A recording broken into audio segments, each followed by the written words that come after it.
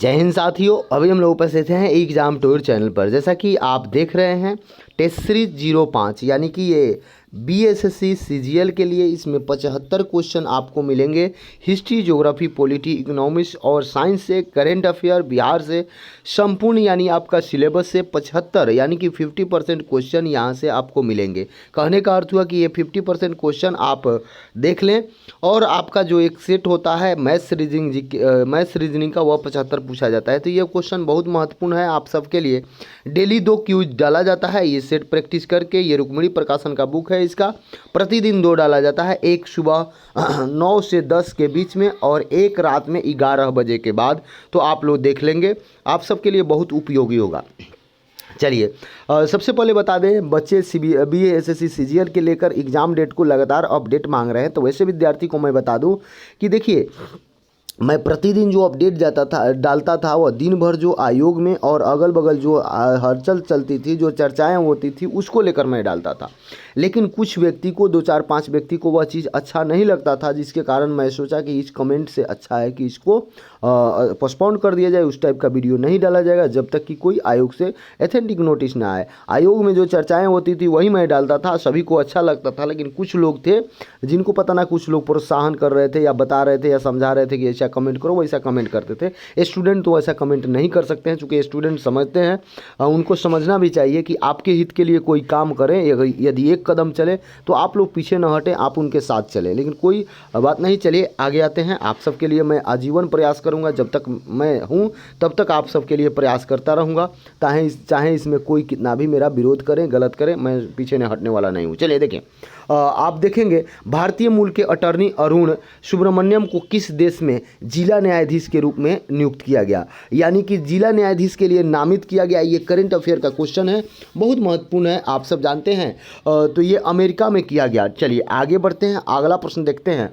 अगला प्रश्न है, पहला केंद्र राज्य विज्ञान सम्मेलन 2022 कहाँ आयोजित हुआ। यह जो है करंट अफेयर का क्वेश्चन है, यह बहुत महत्वपूर्ण है, आप सब याद रखेंगे। तो अहमदाबाद में आयोजित किया गया।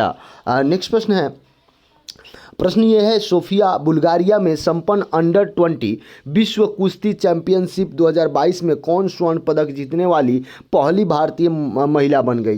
पहली लगा हुआ है, जीतने वाली पहली भारतीय महिला बन गई। तो ये आप लोगों के लिए VVI स्क्वायर बन जाता है, चूँकि पहली लगा हुआ है तो आप इसे ज़रूर याद रखेंगे। अंतिम रूप से तो अंतिम पांघल याद रखिएगा, कौन, तो अंतिम पांघल बन गई है, याद रखिएगा, अंतिम पांघल याद रखिएगा। चलिए आगे आते हैं। अगला है, इनमें से किस भारतीय राज्य में हेमेटाइट के सर्वाधिक भंडार मौजूद है। करंट से जुड़ा हुआ है, सर्वाधिक भंडार पूछा जा रहा है, तो ओडिशा आप याद रखिएगा हेमेटाइट का। चलिए आगे आते हैं। अगर कर्नाटक की बात करेंगे तो कर्नाटक में मैग्नेटाइट का सर्वाधिक मिलेगा। उड़ीसा मैगजीन का भी सर्वाधिक भंडार मिलता है, आप ध्यान में रखेंगे। चलिए आगे आते हैं, आगे बढ़ते हैं और ध्यानपूर्वक आप लोग देखेंगे। चलिए अगला क्वेश्चन देखते हैं। 5 नंबर प्रश्न कह रहा है, देश के इनमें से किस युग में 2 पक्षी प्राणी है।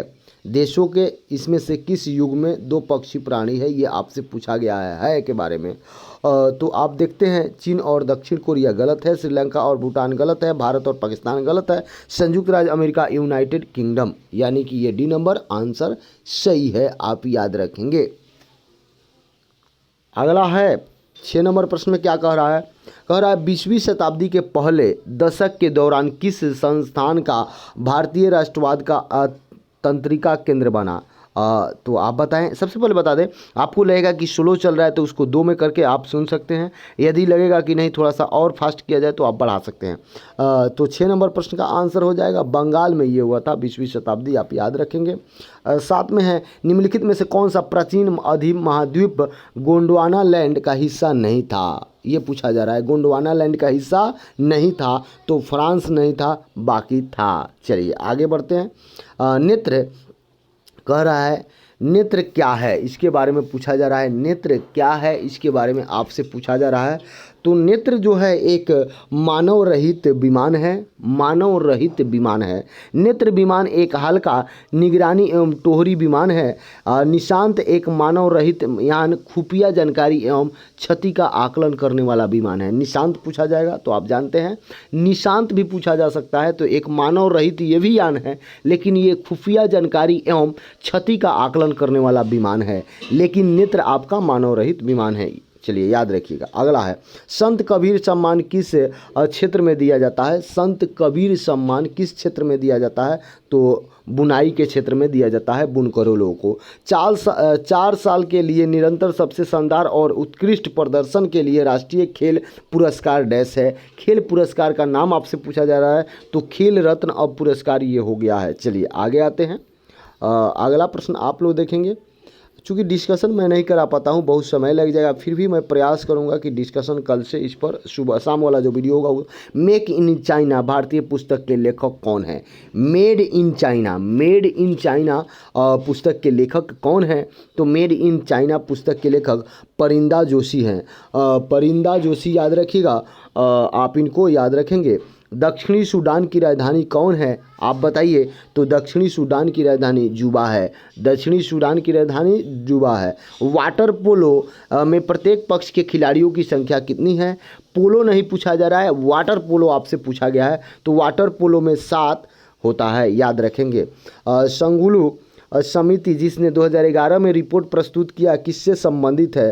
संगुलू समिति के बारे में आपसे पूछा जा रहा है, तो आप लोग ध्यानपूर्वक अपना आंसर भी कर सकते हैं। तो ये हो जाएगा राष्ट्रमंडल खेलों के घोटाले से संबंधित है संगुलू समिति। अगला आते हैं, किस संस्थान ने आंगना 2022 सम्मेलन का आयोजन किया? कौन सा संस्थान किया था? 15 नंबर क्वेश्चन बताइए। तो ये ऊर्जा दक्षता ब्यूरो के द्वारा किया गया। ऊर्जा दक्षता ब्यूरो के द्वारा। कौन सा देश संघाई सहयोग संगठन SCO शिखर सम्मेलन 2022 का मेजबान है? मेजबान देश के बारे में बताना है, तो उज्बेकिस्तान आपका मेजबान होगा 2022 का संघाई सहयोग संगठन का, याद रखेंगे। मशहूर टीवी सीरियल रामायण के निर्माता कौन थे? ये आपसे पूछा जा रहा है। मशहूर टीवी चैनल, तो आप रामानंद सागर जी को याद रखेंगे। नेक्स्ट प्रश्न है, निम्नलिखित में से कौन से स्थल पर जहां अशोक के स्तंभ मौजूद है में बैल प्रधान है? चलिए आपसे पूछा जा रहा है कौन सा, तो ये आप जानते हैं रामपुरवा एक जगह है, वहीं फेमस है, आप याद रखेंगे। अगला आते हैं, नेक्स्ट प्रश्न है। प्रश्न दिया जा रहा है आपका, निम्नलिखित में से कौन सा विकल्प भारत के इतिहास में सही कालक्रम को दर्शाता है? 19 नंबर प्रश्न आप लोगों को बताना है। तो आप देखिए, गुप्त काल दिया है, मौर्य काल दिया है, उसके बाद मुगल, उसके बाद दिल्ली सल्तनत। तो आप जानते हैं सबसे पहले आपका होगा मौर्य साम्राज्य, उसके बाद आपका होगा गुप्त साम्राज्य, उसके बाद आपका होगा मुगल साम्राज्य, उसके बाद आपका होगा दिल्ली सल्तनत, अंत में होगा मुगल साम्राज्य। फिर एक बार याद रखेंगे, यानी कि सी आंसर होगा। पहले Q, तब P, तब S, तब R। यानी एक बार और देख लेंगे, गुप्त साम्राज्य पहले होगा, मौर्य साम्राज्य उसके बाद आएगा, उसके बाद दिल्ली सल्तनत, उसके बाद मुगल साम्राज्य, आप याद रखेंगे। चलिए आगे आते हैं। चलिए अगला प्रश्न देखते हैं। अगला प्रश्न है, जिस समय दिल्ली ब्रिटिश भारत की राजधानी बनी उस समय वायसराय कौन था? 20 नंबर प्रश्न आपसे पूछा जा रहा है, तो लॉर्ड हार्डिंग द्वितीय, आप याद रखेंगे। बहुत अच्छा प्रश्न इसमें दिया गया है, आप सबके एग्जाम के पॉइंट ऑफ व्यू से बहुत महत्वपूर्ण होगा। प्रतिदिन 2 सेट आप जरूर जुड़ें, लोगों में शेयर करें। यूनानी रोमन कला को निम्नलिखित में से कहाँ स्थान प्राप्त हुआ है? यूनानी रोमन कला, तो ये आपका हो जाएगा गांधार। नेक्स्ट है, निम्नलिखित में से वह स्थान कौन सा है जिसे यूनेस्को द्वारा विश्व विरासत स्थल के रूप में अभी तक मान्यता नहीं दी गई है? ये जो ऑप्शन दिया गया है इसमें से बताना है। तो राजगीर को नहीं दिया गया है, फतेहपुर सीकरी, एलोरा, अजंता ये सबको मिल गया है। चलिए, राजगीर फेमस है, अंतर्राष्ट्रीय जगह हो गया है। यूरेनस यानी सूर्य के चारों ओर परिक्रमा करने में कितना समय लेता है? ये आपसे पूछा जा रहा है प्रश्न में, तो ये आपका हो जाएगा 84 वर्ष, 84 वर्ष लेता है। नागार्जुन सागर बहुउद्देशीय परियोजना कौन सी नदी पर स्थित है? आप लोगों को बताना है, तो ये कृष्णा नदी पर स्थित है। नागार्जुन याद रखिएगा, कृष्णा जी को। भारत में सर्वप्रथम शून्य आधारित बजट का प्रयोग कब किया गया? ये आपसे पूछा जा रहा है 25 नंबर, तो 1983-84 में किया गया था, आप इसे याद रखेंगे। नेक्स्ट प्रश्न है, पंचवर्षीय योजना से प्रथम पंचवर्षीय योजना की प्राथमिकता क्या थी, उस समय क्या प्राथमिकता दिया गया प्रथम पंचवर्षीय योजना में, ये आप लोग को बताना है। तो हम लोग कृषि विकास को लेकर प्रथम पंचवर्षीय योजना पर ध्यान दिए, और दूसरा यदि पूछा जाए तो उस समय उद्योग पर ध्यान दिए थे हम लोग। 1857 ईस्वी के स्वाधीनता संग्राम की वीरांगना महारानी लक्ष्मीबाई की जन्मस्थली कहाँ है, ये आपसे पूछा जा रहा है 27 नंबर प्रश्न। तो वाराणसी आप याद रखेंगे। नेक्स्ट प्रश्न है, इनमें से किसने गांधी जी को ब्रिटिश भारत की यात्रा करने और वहां की भूमि और लोगों के बारे में जानने की सलाह दी थी, यह किसने दिया था? तो ये आप जानते हैं गोपाल कृष्ण गोखले जो राजनीतिक गुरु थे उन्होंने दिया था। नेक्स्ट प्रश्न है, निम्नलिखित में से किसने भारत सरकार अधिनियम 1935 को गुलाम का अधिकार पत्र कहा था? ये बहुत महत्वपूर्ण प्रश्न है।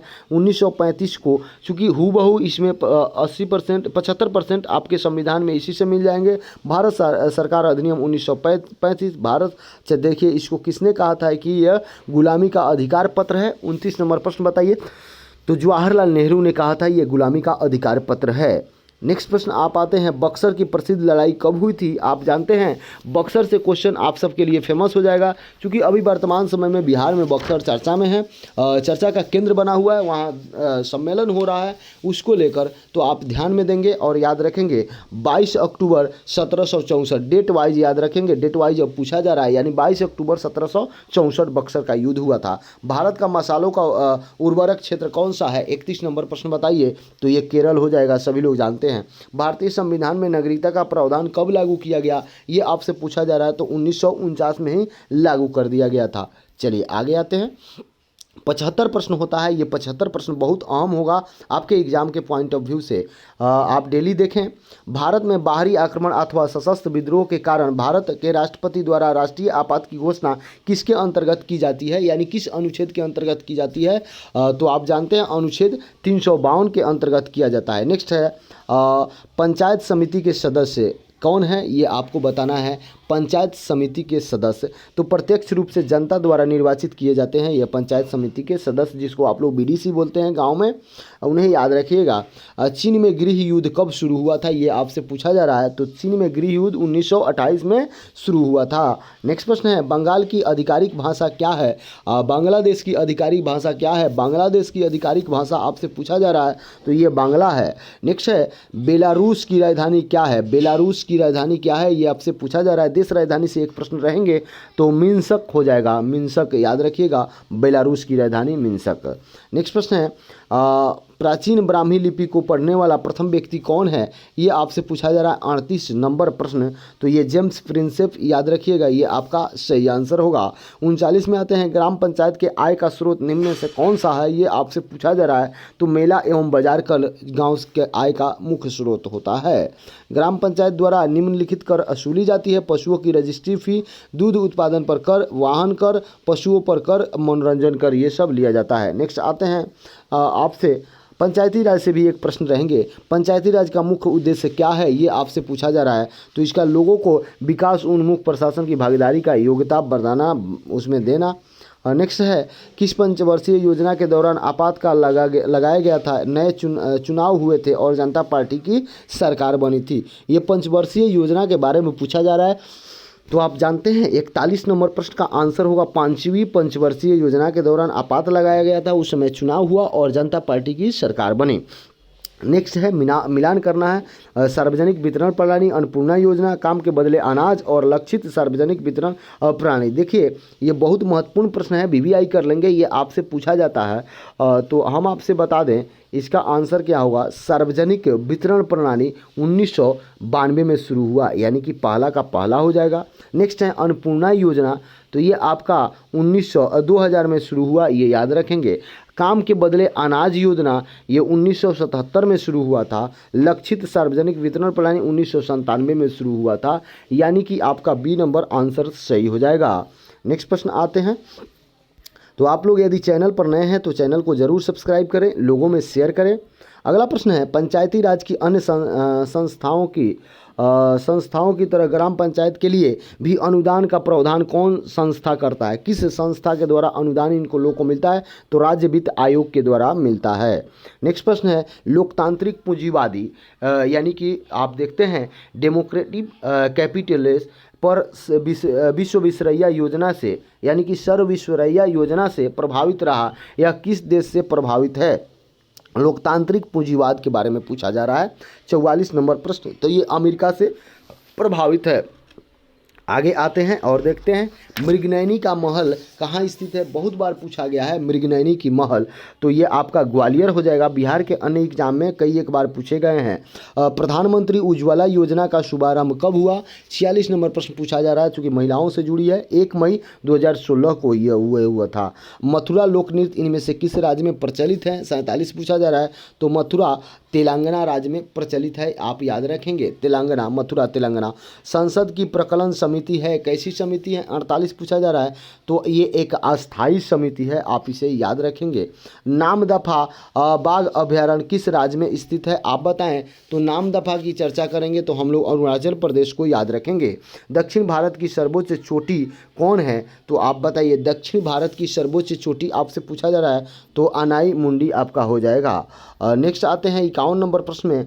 तो प्रश्न होगा पदार्थ को वर्गीकृत करने के लिए प्रारंभिक भारतीय दार्शनिक द्वारा किसने मूल तत्वों का वर्णन किया गया? इसके बारे में पूछा जा रहा है 51 नंबर, तो ये आपका हो जाएगा 5। अगला है भारत में इनमें से किस आनुवांशिक रूप से संशोधित फसल की कानून खेती करने की अनुमति दी गई है? कानून रूप से खेती कर सकता है कानूनी रूप से, तो बीटी यानी कि कपास का आप खेती कर सकते हैं, आपको मिल चुका है। केल्विन पैमाने पर पानी का हिमांक क्या होगा? केल्विन पैमाने पर बहुत बार पूछा जाता है एग्जाम में, तो ये आपका हो जाएगा 273.15 केल्विन आपका आंसर होगा, याद रखेंगे। नेक्स्ट होता है H2SO4 का एटॉमिसिटी कितना होगा? एटॉमिसिटी के बारे में पूछा गया है, कितना होगा? तो इसका 7 होता है। आप जानते हैं, मैं बता दे रहा हूँ कैसे निकाला जाता है, तो इसको थोड़ा सा ध्यानपूर्वक देखेंगे। कुछ बातें याद रखा जाता है, तो आप ध्यानपूर्वक देखेंगे। इसका 7 होगा, और यदि 2 विधि होता है, चलिए इसमें ड्राइव करने में थोड़ा सा दिक्कत है। बेमेल युग्म को चुनिए, बेमेल युग्म को चुनना है, कितना नंबर? 55 नंबर में। तो आप बेमेल युग्म हो जाएगा एस्ट्रोजन और अंडाशय, ये बेमेल है, आप जानते हैं। चलिए आगे आते हैं, अगला प्रश्न देखते हैं। प्रश्न 75 इसमें मिलेंगे, केवल 25 साइंस के, बाकी जीके जीएस में सभी पर्सन से मिलेंगे। नेक्स्ट है संलग्न की गुप्त ऊष्मा क्या है? तो ये बताना है आपको 56 नंबर प्रश्न में। तो ये होगा ठोस द्रव अवस्था परिवर्तित करने के लिए गुप्त ऊष्मा। चलिए 57 में देखेंगे मेगालोबास्टिक एनीमिया किस विटामिन की कमी से के कारण होता है? मेगलोबास्टिक एनीमिया जो होता है वह किस कमी से होता है, ये आपको बताना है। तो ये जानते हैं विटामिन B9 के कमी से एनीमिया, मेगलोबास्टिक एनीमिया होता है, आप लोग याद रखेंगे। आगे आते हैं, अगला प्रश्न है इनमें से कौन सा उदयधर्मी ऑक्साइड है? ये पूछा जा रहा है उदयधर्मी ऑक्साइड, तो जिंक ऑक्साइड उदयधर्मी ऑक्साइड है। कौन सा? तो जिंक आपका हो जाएगा जिंक ऑक्साइड, यानी कि C नंबर। नेक्स्ट प्रश्न है इकोलॉजी शब्द डैश शब्द का से बनता है, किस शब्द से बनता है, किस शब्द का है, ये पूछा जा रहा है। तो आप देखते हैं सर्वप्रथम देखिएगा आपका हो जाएगा यूनानी शब्द का। नेक्स्ट है निम्नलिखित में से कौन सा रोग विषाणु से होता है? ये आपको बताना है 60 नंबर में। तो चिकन पॉक्स विषाणु से होता है, आप याद रखेंगे। नेत्र लेंस की फोकस दूरी में वृद्धि हो जाती है जब नेत्र लेंस की पेशियाँ क्या होती है? 61 नंबर प्रश्न पूछा जा रहा है। तो इनके पेशियों में शिथिल होती है तथा लेंस पतला हो जाता है, इस बात को आप ध्यान में देंगे। किसी पिंड का जड़त्व क्या होता है? 62 नंबर प्रश्न आप देखेंगे तो उसकी गति अवस्था में परिवर्तन को प्रतिनिधित्व करता है, ये आप याद रखेंगे। नेक्स्ट प्रश्न है निम्नलिखित में से कौन सा पादप रोग खनिज की कमी के कारण होता है? कौन सा पादप रोग खनिज की कमी के कारण से होता है? तो आप जानते हैं चुकंदर का केंद्र विगलन जो रोग होता है वहीं कमी के कारण होता है। नेक्स्ट प्रश्न आप देखेंगे 64 में, किसी के विद्युत के माध्यम से किसी अन्य पदार्थ के ऊपर किसी भी अन्य वांछित धातु की परत चढ़ने की प्रक्रिया को क्या कहते हैं? ये आपको बताना है। विद्युत के माध्यम से पूछा जा रहा है, तो आप देखते हैं इलेक्ट्रोप्लेटिंग, आप याद रखिएगा, इलेक्ट्रोप्लेटिंग याद रखिएगा। नेक्स्ट है बल्ब में प्रयुक्त टंगस्टन कितना का गलनांक फिलामेंट का कितना होता है, ये आपसे पूछा जा रहा है 65 नंबर प्रश्न में। तो हम जानते हैं कि 3422 डिग्री सेल्सियस। नेक्स्ट है दो प्रकोष्ठ वाला हृदय किसमें पाया जाता है, बहुत महत्वपूर्ण प्रश्न है। तो दो प्रकोष्ठ वाला हृदय मछली में पाया जाता है, आप याद रखेंगे। अब आपका जो प्रश्न होगा बहुत कम ही है, क्योंकि 75 प्रश्न होते हैं। तो देख लेंगे यहाँ पे आप सबके लिए बहुत महत्वपूर्ण प्रश्न होंगे। न्यूट्रॉन में विद्युत संकेत रासायनिक संकेत में कहाँ बदलते हैं, न्यूरॉन में विद्युत संकेत रासायनिक संकेत में कहाँ बदलते हैं, आपसे पूछा जा रहा है 67 नंबर प्रश्न। तो ये आप याद रखेंगे एक्सॉन छोर पर बदलते हैं। नेक्स्ट प्रश्न है गलत वाक्य को ढूंढे, गलत क्या है इसमें आपको बताना है। 68 नंबर आप भी कमेंट बॉक्स में कमेंट कर सकते हैं। तो गलत है, देखिए गोल्जिकाय उपकरण लाइसोसोम के बदलने में शामिल होते हैं, ये सही है। और केंद्रक माइक्रोकोंडिया एवं लॉग के डीएनए होता है, ये भी सही है, इसलिए ये अपनी संरचना प्रोटीन में बनाते हैं। माइक्रोकोंडिया को कोशिका का पावर हाउस कहा जाता है, ये भी सही है, लेकिन ये गलत है, यानी कि आपका आंसर डी हो जाएगा। चलिए नेक्स्ट प्रश्न देखते हैं। Fe2O3 तथा FeO में ऑक्सीजन के भारों में अनुपात कितना होगा, अनुपात भार में पूछा जाता है, बहुत बार पूछा गया है। तो 3:1 आप याद रखेंगे, यहाँ ऑक्सीजन 3:1 में है। निम्नलिखित में से कौन सा कथन गलत है, ये भी 70 नंबर प्रश्न पूछा जा रहा है। तो देखिए मेरुदंड होते हैं, ये सही है। ये आपका बी नंबर हो जाएगा, डिप्लोब्लास्टिक होते हैं, ये आपका गलत है, 70 नंबर का बी नंबर होगा। नेक्स्ट है 71 में बताइए, दे रहा है ऑक्सीजन की कमी से क्रिकेट खिलाड़ी की पेशियों में प्रायः खिंचाव उत्पन्न होने लगते हैं, ऐसा क्या कारण है, क्यों उत्पन्न होते हैं, ये पूछा जाता है। पायरूवेट का लैक्टिक अम्ल में बदलने लगना, इसी कारण से ऐसा होता है। चलिए आगे बढ़ते हैं, अगला देखते हैं। आगे प्रश्न है निम्नलिखित में से कौन सी संरचना ऊतकों की मरम्मत तथा अंगों में खाली स्थान को भरने में सहायता करती है। तो 72 को बताएंगे, तो ये सी हो जाएगा, गर्तिका यानी एरोलोर, याद रखिएगा गर्तिका। चलिए आगे आते हैं, अगला प्रश्न है 73 में परमाणु रिएक्टर में नियंत्रण रॉड के रूप में कैडियम का काम करती है, क्या काम करती है, क्यों काम करती है, इसके बारे में पूछा जा रहा है। तो चेन एक बी नंबर इसका आंसर सही हो जाएगा। चेन रिएक्शन को नियंत्रण करने के लिए अतिरिक्त न्यूट्रॉन को अवशोषित करता है, इसलिए ये काम करता है। नेक्स्ट है जब किसी उदासीन, क्वेश्चन है 74 में, जब किसी उदासीन धातु के